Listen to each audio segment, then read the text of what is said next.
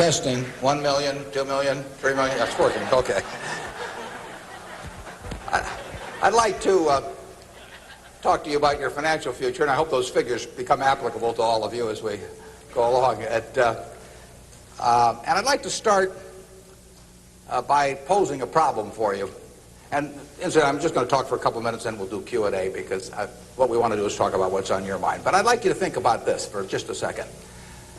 If, as we walked out of here today, I said I would like to buy 10% of your financial future, I was going to write you a check today, and from this day forth, you were going to give me 10% of everything you earned. How much would you want to charge me for that? I'm going to buy 1/10 of you. And I may take the low bid, incidentally, so be careful what you write down. Well, I think if you thought about that a little while, you can contemplate that for a few minutes. You know, you're going to get a check from me today, and you can do anything you want with the money, but from this day forth, you have to give me 10% of what you earn. I think it would be very foolish of you, any of you, if you asked for less than, say, $50,000. Now, it's going to be a few years before you're out earning money, and so I've got a few years of dead money there. But then I would start getting this royalty on you as you went along. So I really think that if you thought about it, most of you would want a fair amount more than that, and I think you'd be right. Fortunately, I didn't make this deal with anybody when I started out, so nobody's got a 10% royalty on me. But I think that $50,000 would sort of be the absolute minimum.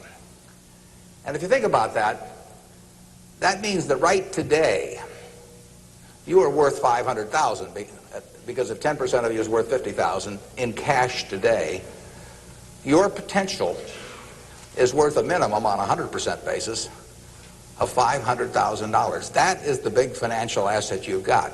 It's way more important what you do with that $500,000 asset that you own today than whether you decide to buy stocks or bonds, or whether you put your money in a mutual fund or pick your own stocks or anything of that sort. The biggest financial asset that you have going for you by miles is the value of your own earning power over the years.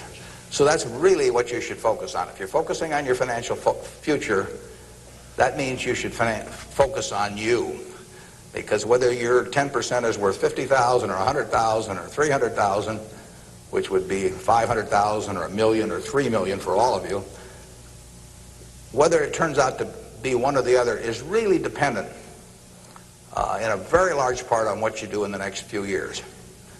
All of you in this room have the brains to do extremely well in life. You've all got the energy to do extremely well in life, and then the question is, how do you apply it? If you've got a 200 horsepower motor, do you get 200 horsepower out of it? Do you get your full potential, or do you get 100 horsepower or 50 horsepower? Now, there's two things that can hold you back in getting the full horsepower out of your engine, whatever it may be. All of you have big enough engines. And one of those is a lack of education, but that probably isn't going to happen to very many people in this room. If you did have a lack of education, if you didn't have a chance to get a decent education in life, it wouldn't make any difference what that potential was, because you'd never unlock it. But the second most important thing, and equally as important, is in terms of the habits that you develop, in terms of what you do with yourself. When we hire people, we look for three qualities. We look for integrity, we look for intelligence, and we look for energy. But if they don't have the first one, integrity, the other two will kill you. Because if you're hiring somebody without integrity, you really want them to be dumb and lazy, don't you? I mean, last thing in the world you want for them is to be smart and energetic. So smart and energetic only goes with integrity. But the nice thing about, you make your own decision on that. You can't change your IQ or how far you can throw a football or how high you can jump or the color of your hair very easily. But you can elect to have integrity that matches anybody else's. And if you match that with intelligence, which you have, and energy, which you have, you will get an extraordinary result, and you'd be very foolish to sell me 10% of yourself for $50,000. On the other hand, if you don't match it with that, your potential will, in a significant part, go unused. And I'll give you a little simple tests to apply in terms of thinking about the kind of habits you want to develop. Because you can have any habits you want to be. You can be lazy, you can be prompt, you can be late, you can be honest, you can cut corners. I mean, you have all these choices. And those are choices for you to make. Nobody else is going to make them for you. And I would suggest that you play this little game with me, too. Think about the person you would most like to be in life. So maybe it's one of your contemporaries, maybe it's somebody a little older, but pick out the person you admire the most, the person that you'd change places with if you could. And then write down why you admire them. Just put it on a piece of paper. And then figure out the person that you would least like to change places with you. Who really turns you off? Who do you find repulsive? And list the reasons why that person turns you off so much. And put those down on the other side of the paper. And then look at that list. And you'll find that everything on the left-hand side, what you admire in other people, the qualities they bring to life, cheerfulness, generosity, all kinds of things, you'll find those are things you can do yourself. It's very simple. You got to apply yourself, but the habits you form in doing that early on will carry you through life. And on the other hand, you'll find that the things that make people repulsive, selfishness, obnoxiousness, all these things, egotism, are things that no one has to have. If you find those in yourself, you can get rid of them as long as you get rid of them early. So all I suggest is that you write down a list of what you admire, what you find contemptible, and decide that the ones on the admired side are ones you're going to acquire for yourself. And if you do that when you're young, it'll carry you through the rest of your life. This doesn't work if you do it when you're 50 or 60. By then the habits are too well formed. But if you do it early, behavior becomes a habit. So if you do that, 2 or 3 years from now, if you go through the same exercise, you'll find out that the person you admire the most is yourself. That can be a little dangerous under some circumstances, but it's not a bad thing. I mean, you want to be somebody you like, and you don't want to be somebody that you dislike. And form those habits early. You basically can't miss. Now, I'll give you one other small piece of advice that's just a corollary on this, and then we'll get to your questions. And that is, as a general matter, as a one piece of specific financial advice, I would say, avoid credit cards. Just forget about them. We're in various businesses that issue credit cards. The American public loves credit cards. But if you start revolving debt on credit cards, you're going to be paying 18 or 20%. And you can't make progress in your financial life going around borrowing money at 18 or 20%. You can make a lot of money by lending it out at 18 or 20% over time. If you can find anybody that's good that will borrow from you. But you don't want to be on the side of the equation that's always behind in life. I was lucky. I'd saved about $10,000 by the time I got out of school. That $10,000 was really worth millions I might have earned later on, because after you get a family and everything, the expenses roll in. But those were my tools to work with, but it was only because I was ahead of the game. If you're behind the game by $10,000 at some point and paying 18 or 20% interest on it, you will never, you'll never get out of it. So the trick, I've got a partner that says, all I want to know is where I'm going to die, so I'll never go there.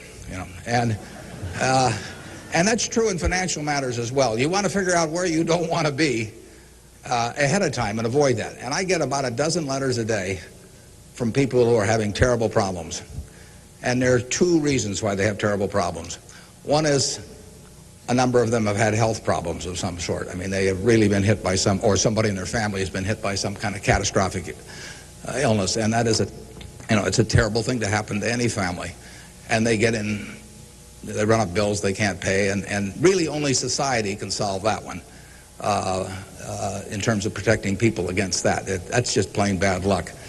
But the other one is from people who run up credit card debt, and they're facing bankruptcy, or they've been through bankruptcy once before, and they owe a whole bunch of money, and they can't even pay the interest, let alone pay any principal.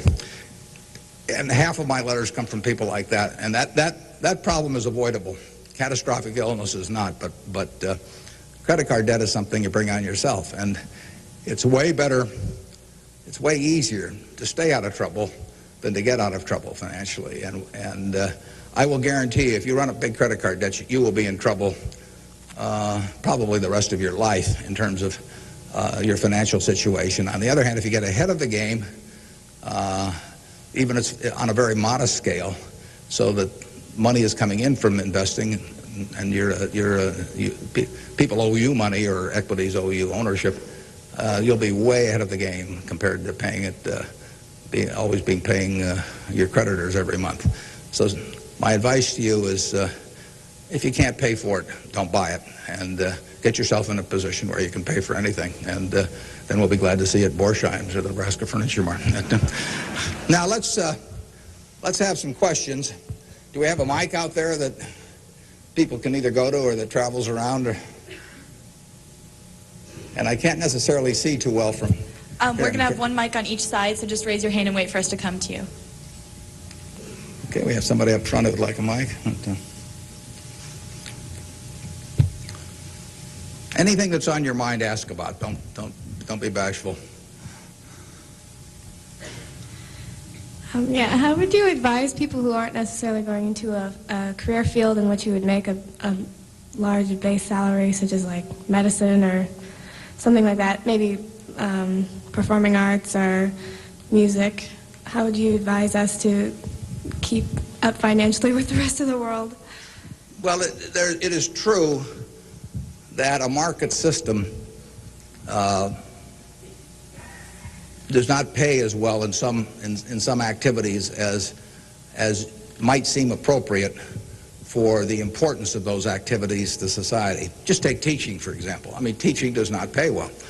And what could be more important? I mean, you've got to be as interested in who the teachers of your children are as who your accountant is, or whatever, or who's winning the heavyweight title of the world, or that sort of thing. But it doesn't pay well, and it's a fundamental choice whether you're going to go into something. For many people, it'd be a fundamental choice whether you're going to go into something you love or something to try and make a lot of money. I think that generally it pays to go with what you love.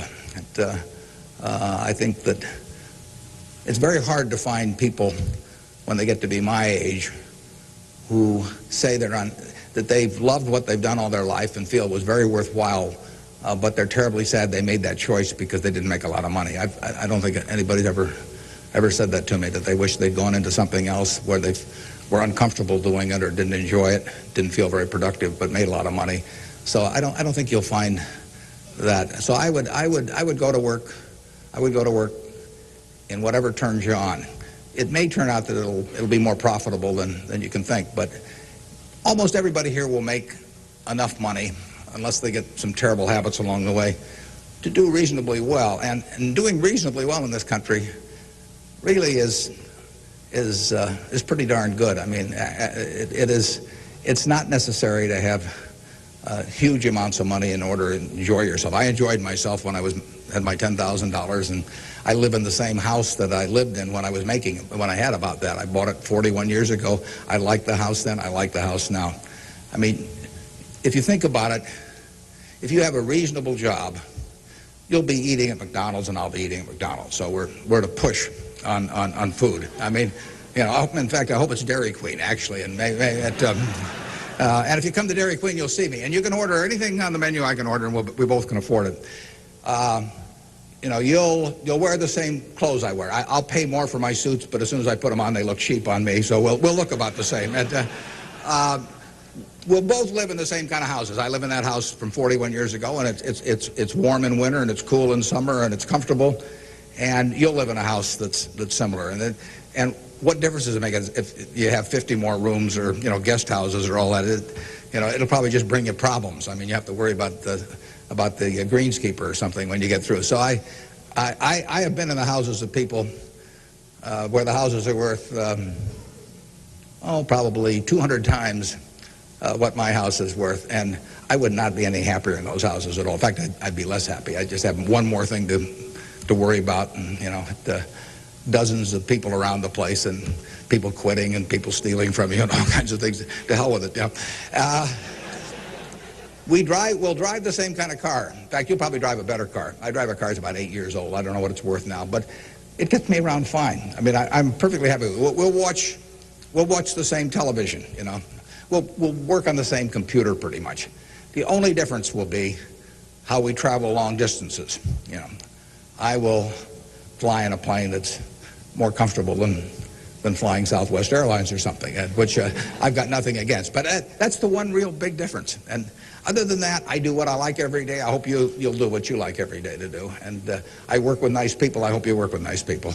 And there's 24 hours in the day, and those are where the hours go. So great wealth is the tiniest bit different in a real sense than having just a decent income. And to trade a decent income and something you love doing and something where you feel worthwhile doing it for huge wealth where you trade off a lot of your principles would be a terrible mistake.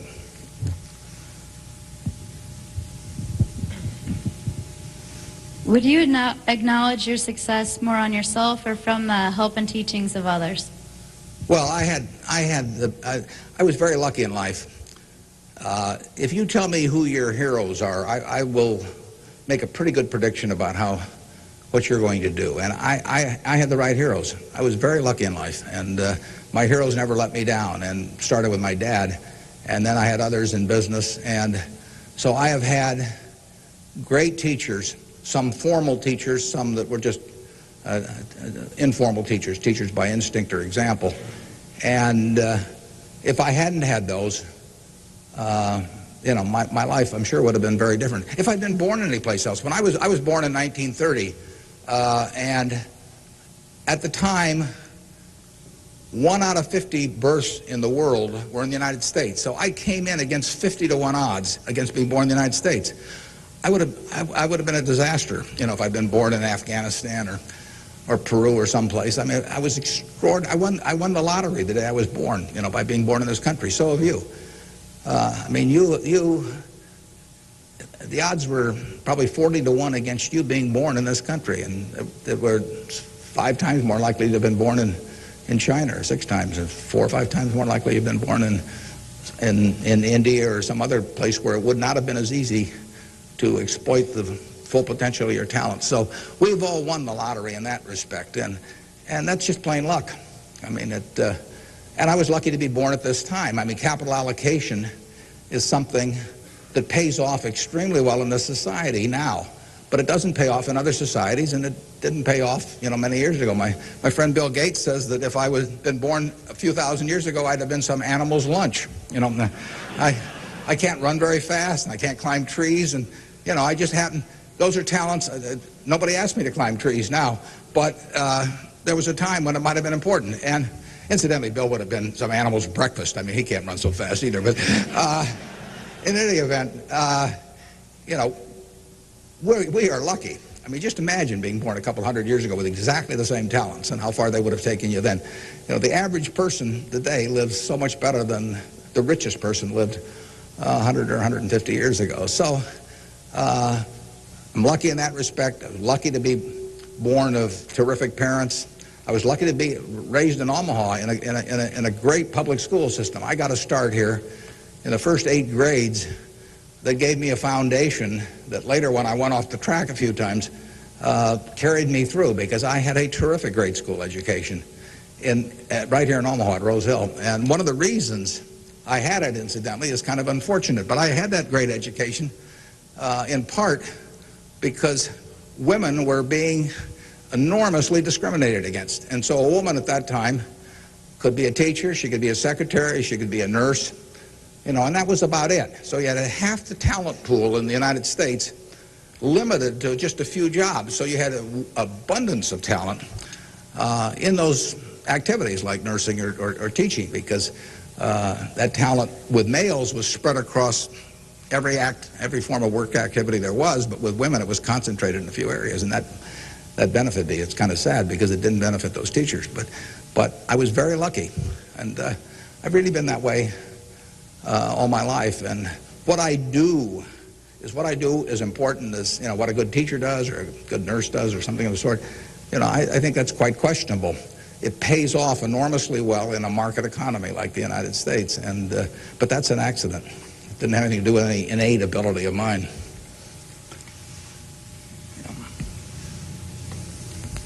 My name is Marina Tsed, and I attend Omaha Central High School. Good for you. Fine institution. Now, Mr. Buffett, technology has been a great factor in stimulating the world economy. What are your predictions for the future of the technology industry, and what is its future role in world economy and the United States economy? Yeah, well, there's no question it's turning the world upside down. It's done it somewhat already, but it will, it's just beginning, but it's moving very fast.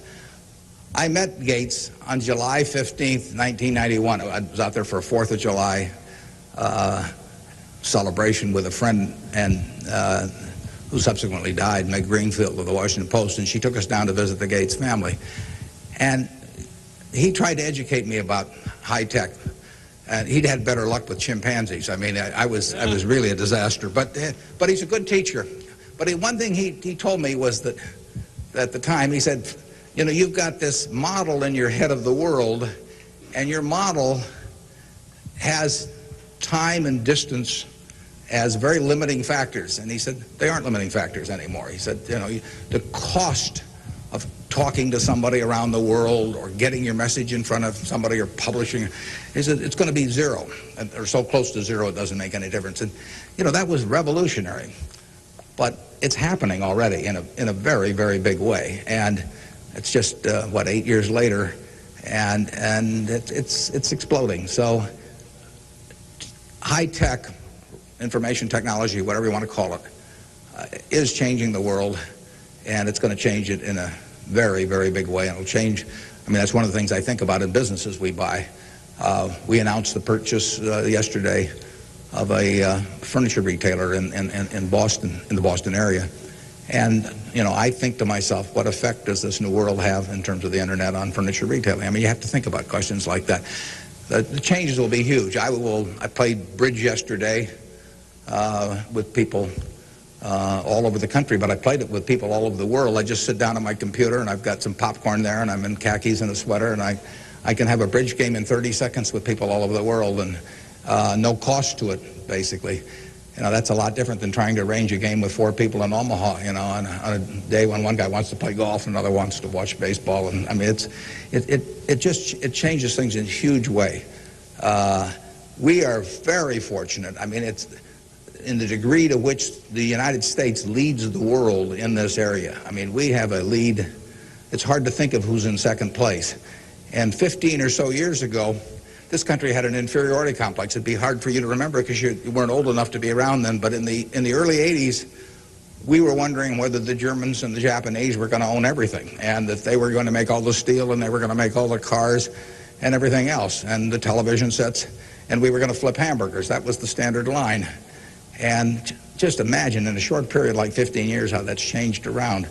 In an important way, that's changed because of this information a revolution where we, like I say, I don't know who you would name as being in second place in the world, but here's the most important industry in the world, and the United States has this incredible position, and we're moving all the time with that position. So I think that argues for it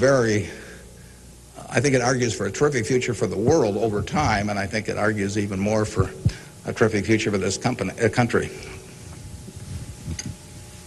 What are the best ways for youth to get started now in securing their financial future? For what to secure their financial future?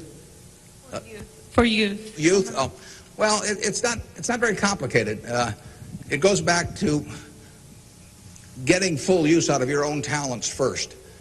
The difference between whether you're going to be earning X or 2X or 3X a year 20 years from now is going to be a function of how well, not how much talent you have, but how well you use the talents you already have.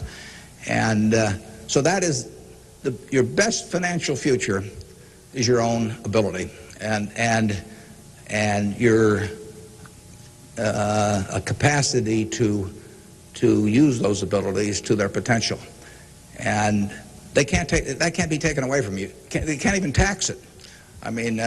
Most things, if you own a piece of real estate, if they double the taxes, they double the taxes, and that changes your ownership in the property, because now, in effect, the taxing authorities own more of it because they've got a greater command on the revenue stream. The same thing about almost any asset you have. But they don't tax what's in your head, and they don't tax your ability to start performing when you get to work in the morning and finish in the evening to your potential. One of the things that amazes me is how people who really do perform well just sort of jump out at you once you're running a business. When I got out of school, I thought, everybody would behave that way, but they don't. Most people sort of go through life in a sleepwalk, and if you don't, you will stand out. So the biggest thing for your financial future is yourself. Now, beyond that, it is always being ahead of the game rather than getting behind the game. It's saving a little, no matter how you do it. I mean, I delivered papers, I worked at Penny's, I sold golf balls, I had a pinball machine around. I did a lot of things that enabled me to accumulate about $10,000 by the time I got out of school. 10,000 doesn't go as far now as it did then, but having anything so that you're ahead of the game and not getting behind the game is enormously important. I mean, just, if you're going to run a 100-yard dash against a bunch of people in life, if you can figure it out so that when the gun goes off, you're 10 or 15 yards ahead instead of 10 or 15 yards behind, it's going to make an enormous difference in how that race comes out. So having some net resources doesn't make much difference whether they're in stocks or bonds, in my view, but and not having debt when that gun goes off when you get out of school is a huge plus over being behind the game. And it may come from delivering a paper out in the morning, it may come from part-time work someplace, but put aside a few dollars for yourself so that when the time comes and you enter the workforce, you're ahead of the game and not behind. And then once you get there, don't get behind by buying a whole lot of things that you figure you're going to pay for someday while you're paying 20% interest in between. Students, if you could please say your name and school when you ask a question. Yeah, it's hard for me to see even where the microphone is, but I can.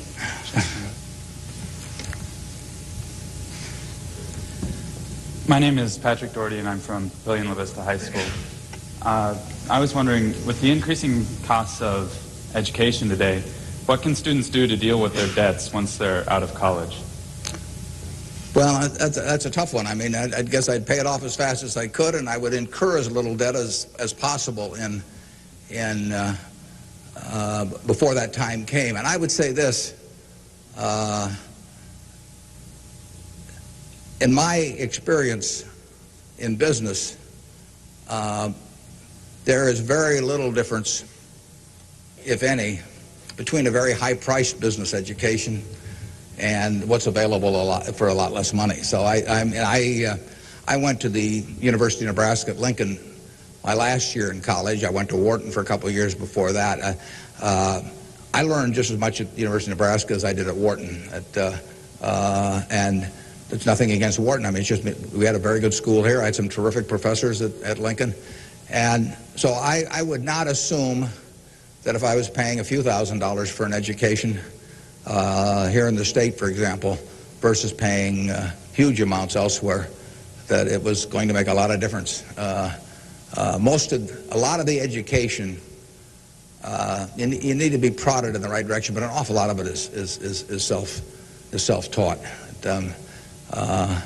I mean, Andrew Carnegie did a wonderful thing in this country in terms of libraries, and I used to spend a lot of time at libraries. I even got locked in at the University of Omaha, what was then the University of Omaha, and I couldn't get out for hours. And one night I got so entranced with what I was reading. But there's all kinds of information available now with the internet. It's so much easier than it was then. So it's out there to be taken, and it isn't necessary to pay $30,000 or $35,000 a year to go to some big name school to get the education at all.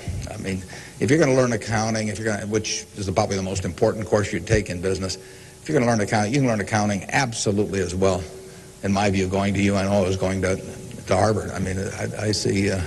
I'd bet on that, and so I wouldn't run up huge bills in terms of getting a business education. Now, if you're going to get a medical education, I mean, there's certain professions where there may not be any way around spending a fair amount of money and getting in debt to some degree.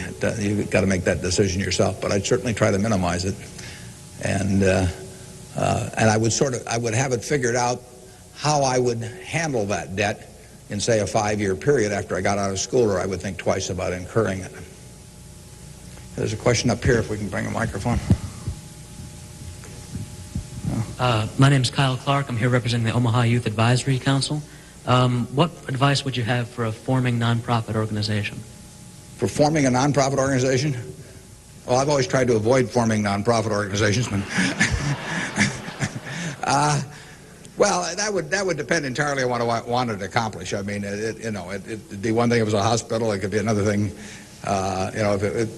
There's so many types of it. So you've got to get people that are experienced and involved in an entity like that. And but it depends so much on the objective you're working at. Yeah, I promised this young lady here microphone for a long time. Hi, my name's Kara Harbert, and I attend Millard West High School. And I understand that you're very civically involved, and I was wondering how important of a quality you think that is for an individual in life and why. Yeah, well, I wouldn't say that I am that. I mean, I do certain civic things. I think your model as a citizen, for example, in Omaha would be Walter Scott. I mean, he is far more civically involved than I am, and incidentally, his predecessor, Peter Kiewit, was too, but Walter's carried it to new heights. So I don't want to take on any mantle for that myself. I do some things. One of the problems I have is I love what I do so much that it sort of takes over. I mean, I'm like a guy that likes to play a lot of golf or something, except I like the business I'm in. But I've got a family that participates very actively. Some of my children work on almost anything that comes along in the civic area. And, you do, in the end, people do what they want to do to quite a degree. And I think I've never talked to anybody that enjoyed working in civic activities that didn't feel where it was very worthwhile after they've done it. I mean, they've built something, and participating in building something is always a lot of fun. And actually, you can have a good time. We have this golf tournament, for example, in September, and we raise some money for civic things, but everybody has a good time, so nobody's paying any price by doing it. I'm having a good time. The people who come are having a good time, and we get to show Omaha off to people. But you should be enjoying things you go along, and you will if you work in civic activities that interest you. And you can do the same thing in politics. I mean, if you find political ideas or politicians who particularly you identify with, you can get a lot of self-satisfaction out of working, and you're doing something worthwhile. So just follow your instincts on that. That'd be my recommendation.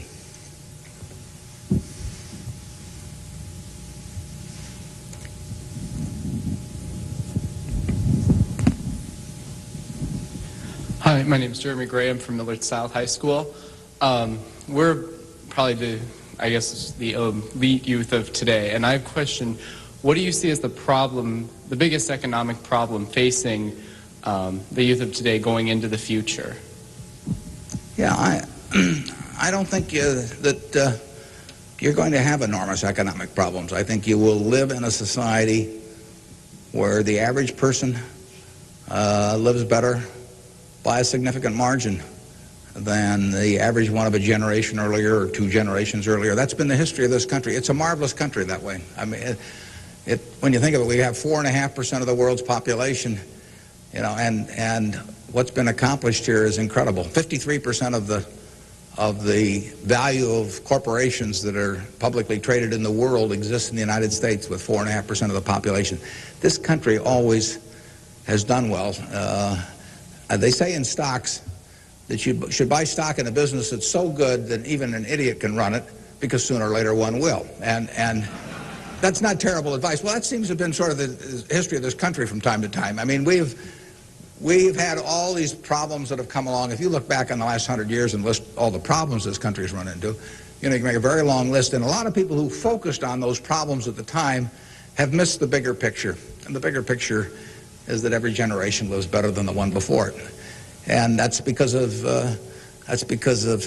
savings, because savings enable people to create new tools to do better things as they go along. And it's also due to an environment that lets people realize their potential to a greater degree than most other environments in the world. It's far from perfect. I mean, it's sad how far it is from perfect, but it is better than anything else around. I mean, in this country, you don't have some commissar or something running a big business in this country. You've got a guy like Jack Welch, and a fellow like Jack Welch makes a difference of night and day in terms of the productivity of that business over a period of decades. And productivity is what causes the standard of living to rise. So a system that throws up the Jack Welches of the world to run businesses is going to have an enormous advantage over a society that does it by heredity or that does it by government edict.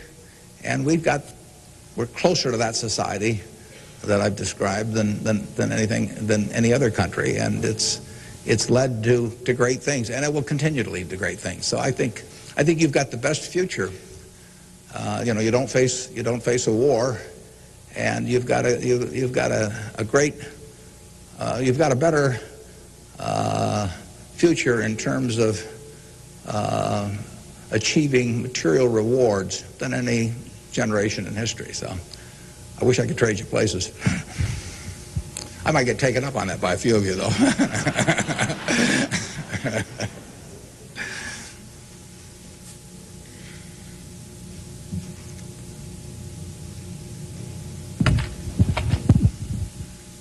Hi, I'm Ryan Wilkins from Millard West High School, and I was wondering if you could speak for Mr. Gates, were afraid of the impact on Y2K on the economy, or specifically the stock market. Yeah, well, I'm glad you gave me a chance to bring in other people, because I'm the last guy in the world to understand about Y2K. I don't know why this microphone's working. I don't know, why lights go on. Or I flip on the switch of my television set and pray. I mean, it's all beyond me. But I would say this: the smartest people I know in that area, in large part, think it's going to be a non-event.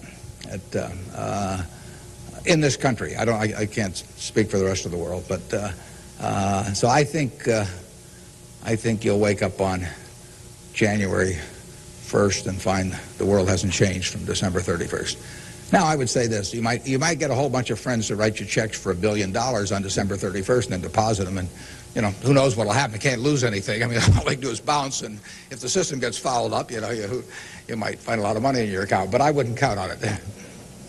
We own a company called Executive Jet. We have about 1,400 or 1,500 customers who own pieces of airplanes with us, and so we've got 160 of their planes and some of our own flying around. It'll be very interesting to me to see what the advance people let us know ahead of time when they want to use it. It'll be very interesting to see how many sign up for January 1st at 12:01. But it wouldn't bother me to fly them in the least on January 1st or do anything else on January 1st. Ideally, I hope they're getting prepared to watch the Huskers play in the big game. I'm Jamie Solis from Twin Valley, and I was wondering, how do you decide what you invest your time and money in?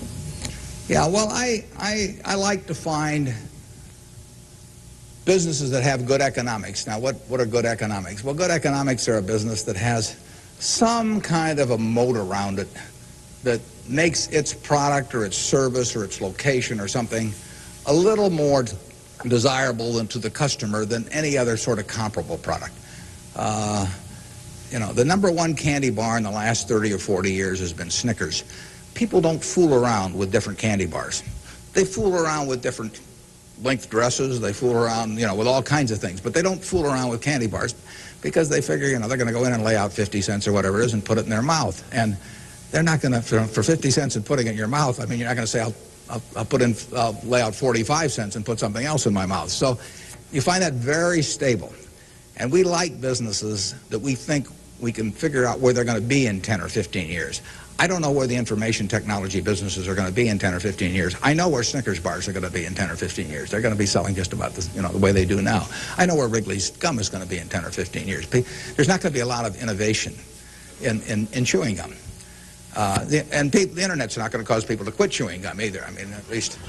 Gates may think so, but I don't think so. But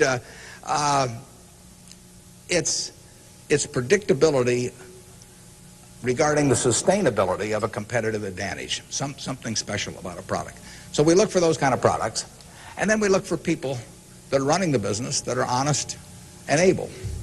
And, you know, it's easier to find people that are honest and able than it is to find businesses that are going to stay wonderful for a long period of time. There are a lot of businesses that looked like they were going to stay wonderful that really evaporated over time. But that's what we're looking for. And the nice thing about it is we don't have to find very many. If we find one a year, that's terrific. Because you don't need 100 or 1,000 great investment ideas to do well. You need a couple. And the discipline is the most important thing. We don't need brain power. We need discipline. You don't need 150 IQ to do what I do. Thank God. You know, you don't need 140. You don't need 135. You may need 115 or something like that. But you do need discipline. You have to wait until you see the fat pitch to swing at. Because investing is a no-called strike game. You know, if I were a baseball player and I only liked pitches 2 inches above my navel, you know, some guy could learn that and he could pitch me, you know, 3 or 4 inches below that, and I get called out on strikes because I never find a pitch I like. You can get called out on strikes in baseball. You have to swing at pitches that you don't even necessarily like, particularly after the count gets to 2 strikes. In business, you don't have to swing at anything. You can sit there and the paper says General Motors at 68, or it says General Electric at 115, or it says General Dynamics at 63. And if you don't like those prices, you don't have to swing. You can wait there day after day after day after day, and there are no called strikes. Now, when you swing, when you decide to buy something, then, you know, if you swing and miss, it's a strike. But it's a marvelous game to be in because there are no called strikes, and you can simply wait for that one time in a month or 6 months or a year or 2 or 3 years when you really know what you're doing, where you like the price, where you like the people running the business, and then you swing, and you only need a few swings in your lifetime. So that's the way we try to pick businesses. We try to stay with things we understand. I mean, there can be all kinds of wonderful investment opportunities out there that I don't understand. I don't know what cocoa beans are going to do next year. You know, maybe you know, but I don't know. I don't know what crude oil is going to sell for. But I don't have to know. I just have to know the things. I have to know what I know. I have to know where the limits of my understanding are, what I call what my circle of competence is. And if I'm only able to evaluate 5% of the businesses in the world, no problem. I just stay within that 5% and try and find something. And most people get in trouble in investments because they get itchy. You know, they can't discipline themselves, and they hear about other people making money. Nothing upsets people so much as to hear about their friends making money. I mean, that's very destructive to discipline because they think, you know, I'm smarter than that guy next door, and he just bought that new car with the money he made trading stocks on the internet, so why can't I? Well, the answer is you can't over time. You will lose money if you trade stocks actively. And it's hard to exercise the discipline. But anytime you buy something, you should be able to take out a one-page sheet of paper and say, I'm buying General Motors at 65. I'm buying General Electric at 150 because. And you should write down the reasons. If you can't fill out the sheet, if it's because somebody told me about it at a cocktail party last night, that's not good enough. If it's because my broker told me about it, that's not good enough. You know, you've got to have a reason for thinking that it makes an intelligent investment. You do the same thing if you're buying a farm or an apartment house. If you're buying a farm, you'd say, I'm buying this farm at $1,000 an acre because I think I can earn $60 an acre on it if corn sells at such and such and soybean sells at such and yield is such and such. And you'd figure it out. That's the same reason you buy businesses. And when you buy stocks, you're buying a little piece of a business. And that's probably the most important thing to remember in investing is that when you are buying a stock, you're buying a little piece of the business. And if you are buying it at an attractive price for the business, for the whole business, you're going to make money. And if you aren't, you know, over time you won't make money.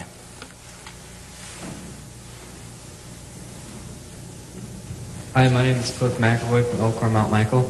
Reverend Jesse Jackson, talked to us earlier. He seemed to believe that the moral standards of today's society will eventually affect us in business. How do you feel this will affect us as youth growing up in the United States? He said the moral standards will affect us how? Like moral decay in society today. will affect us in business by how we feel and how we interact with other people? Well, I think very difficult to quantify moral standards over time. I mean, you can pick out huge weaknesses at any given time in terms of how people or the country is behaving, and huge strengths. So I think it's enormously difficult to quantify. I think by and large we have made progress in what I would call institutionalized moral standards in this country. I mean, in terms of slavery, in terms of the women couldn't vote, a century ago. Half the country were second-class citizens in that respect, and they had much lesser rights in terms of inheritance and all kinds of things. The income tax didn't exist 100 years ago, so the idea of taxing people according to how much that they benefited from society and their income didn't exist. So I think in terms of institutionalized moral standards, the country has made really quite significant progress in the last 100 years. I think, there's an enormous distance to go. I think we're going in the right direction, maybe by fits and starts, but I think we're going in the right direction, and I think that it will be a significant plus to everybody in this room if they live in a more moral society 40 years from now than a less moral. But I think the odds are that they will. I think the country moves in that direction. It's very difficult to do it, and all kinds of interests that work against it. But in the end, I think the American people want it. And you saw it in civil rights. I mean, it took television to dramatize what was going on, and people that weren't near it preferred not to think about it. But it got through to the conscience of the American people. And a lot of progress has been made there, and there's a lot left to be made, but it's better than it was. And the pace may seem very slow to those people involved, and I can understand that. The pace, for women's suffrage, I mean, that went for decades and decades and decades. Women couldn't be on a jury. I was reading the trial of Clarence Darrow, which took place in California in about 10 or 11. There were no women on the jury. The woman wasn't allowed to be on a jury. They weren't citizens in that sense. So it's the moral behavior of the country has, in my view, improved, but and it'll continue to improve, and I hope you all in this room do your part to help it improve.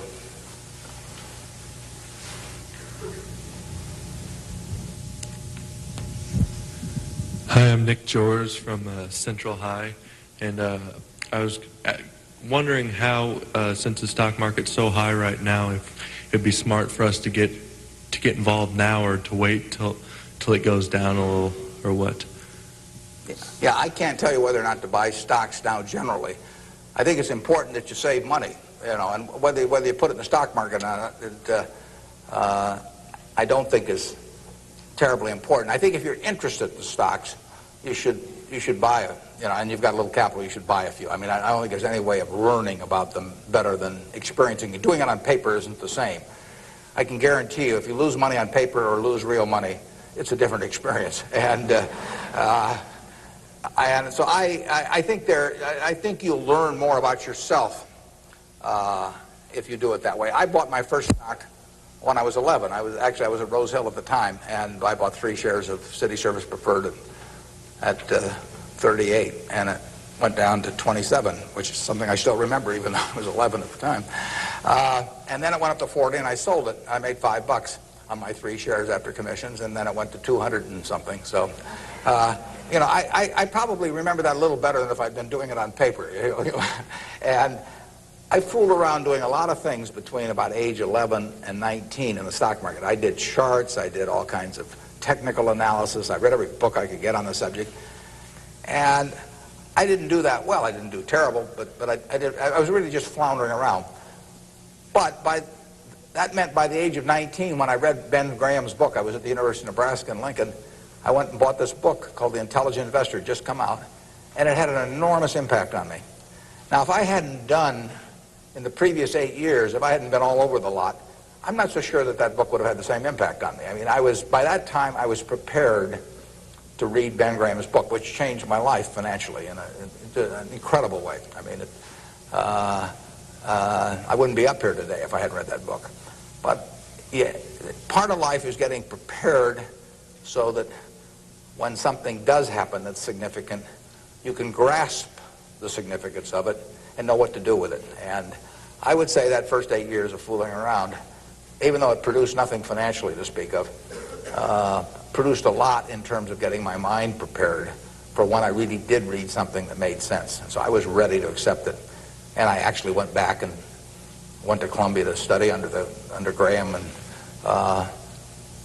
because of reading that book, and all kinds of things flowed out of it. So I would encourage you, if you're interested in the field, to do a few things. I'd still try and make it as intelligent as possible. I would try to stick with businesses I thought I understood. I'd still get out that sheet of paper, and I'd write, I'm doing this because, and just test my reasoning. And then I'd go back and read it a year later and see whether what you thought would be true turned out to be true. So I would always check myself. I believe in grading myself on everything. You know, doctors have postmortems, and they do it because they learn from postmortems. In business, people don't like to do postmortems. When I can be on the board of a company, and they can be owners building plants or buying companies, and they never want 2 years later to run a check on how that decision turned out, because it can be unpleasant. But you learn from postmortems, and you don't want to learn. It's way better to learn from other people's mistakes than your own, but you got to learn from a few of your own too. And the time to do it is when you're young. We can do maybe one more, and then we wrap this up at one, do we? Or maybe two more. My name is Pete Walsh. I'm from Creighton Prep, and my question is, to what extent do you feel that the government, with the current policies of welfare and Social Security, is it financially competent and fiscally prepared for the future? Well, I think that the country as a whole is quite well prepared for the future. That doesn't mean I would adopt every policy they have, but I think we have an enormously rich society, and it'll get richer. Everyone isn't going to participate in that. Some won't participate because of physical disabilities, others because of mental disabilities, others because of shortcomings in the education they received when they were growing up, all kinds of reasons. We have a prosperous enough society to be able to take care of those people, and we should take care of them. And how we do it so that they feel most useful in life, and how we do it so that we continue to encourage people to be more productive themselves and all that. I mean, those are not easy questions, but that shouldn't take our eye off the ball of feeling we should do something about it. I pose this problem sometimes to people. I say, let's assume that it's 24 hours before you're born. And all of you can take this test, 24 hours before you're born. And a genie comes to you. And the genie says, what was your name again out there? Whatever. We'll call you Joe. And the genie says, Joe, says, you look pretty promising to me. I think you've got kind of a sense of fair play and a good mind. And so I'm going to let you have an extraordinary opportunity. I'm going to let you design the world into which you're going to be born in 24 hours. It's yours. You pick out the political rules, you pick out the economic rules, you pick out the social rules, you design the world. And when you're born in 24 hours, you're going to be born into that world. And that's the world that's going to exist for your lifetime, for your children's lifetime, for your grandchildren's lifetime. And you, having heard of some of these genie jokes in the past, would say, what's the catch? The genie says, well, it's a very slight catch. I said, when you're born in 24 hours, you're going to emerge in this world you designed. But what you don't know is whether you're going to be born black or white, male or female, rich or poor, bright or retarded, able-bodied or infirm, in the United States or Afghanistan. All you know is that you're going to reach into this barrel, which now has 6 billion balls, as we know, representing one person, every person in the world, and you're going to participate in what I call the ovarian lottery. You're going to take one ball out of that barrel, and you're never going to get another ball. That's you. You're going to get one ball, and now you're going to emerge. Now, what kind of rules do you want to have for that society, not knowing which ball you're going to get? Now, that I put to you is the way I think people should think about social policy. And if you're lucky enough to be born in this country, you've won the lottery already. But we should have a system, in my view, that encourages the Jack Welches and the Bill Gateses and all of that to work far beyond the time when it has any economic significance to them. We want people commanding those resources who are extremely able at commanding them. That's how the standard of living moves forward. So we should want Tom Osborne coaching in Nebraska. We should want Bill Gates designing software, and we don't want to mix up those two. We don't want to get Bill coaching in Nebraska. So you want a system that gets people to their potential and puts them in the position where they can do the most good for society. But you also want a system for the people who get the wrong ball. I mean, somebody's going to get the ball, that says 80 IQ. Somebody's going to get the ball that says this disease or that disease early in life that cripples them. And we've got a rich enough society that we can take care of those people. And I think that, to get back to your question, I think that this society will move more and more in that direction. It has the capability of moving more and more in that direction as our resources and our output increases. And I think that it has the will to do that in a general way, although, like I say, there have always been lots of fits and starts. So there is no shortage in the United States of resources. There's no shortage of output. You have to have a system that encourages people to behave to the limit of their abilities and puts them in the right place. But then you have to make sure that everybody gets taken care of, too. Now, we can do one more, and then we'll break. I'll let the fellow with the microphone, or woman here, make the decision. Hi, my name is Ben Gold. I go to Brown Talbot. And I wanted to know, how do you think the media affects the world economically today? Well, it's a small question.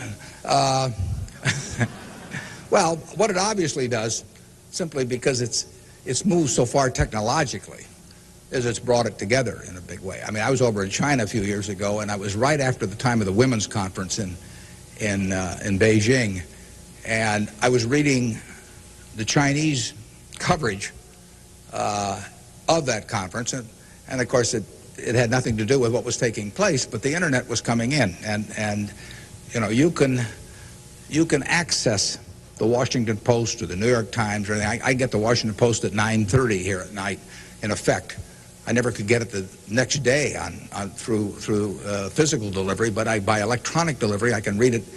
Probably earlier than most of the people in Washington are reading it. So the ability to communicate and the degree to which the world can have awareness of what's going on every place in the world is just, it's been a quantum leap. And, that will have, there are a lot of things that come out of that. And net, they're a plus over time. But the ability of information to be available to everyone worldwide almost instantaneously, it can be huge advances in things like medicine, for example, just to pick one.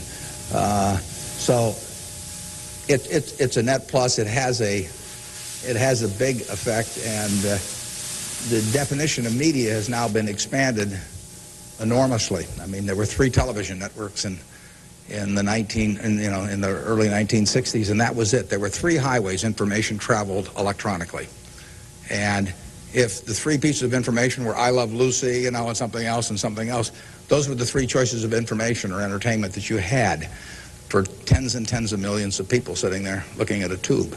Now it's unlimited, and that's only, 3 or so decades. So it's just exploded, and it'll continue to explode. And net, I think it's a plus. And I think it's 1 o'clock. I want to thank you all. I wish you well. You're going to do terrific. Thanks.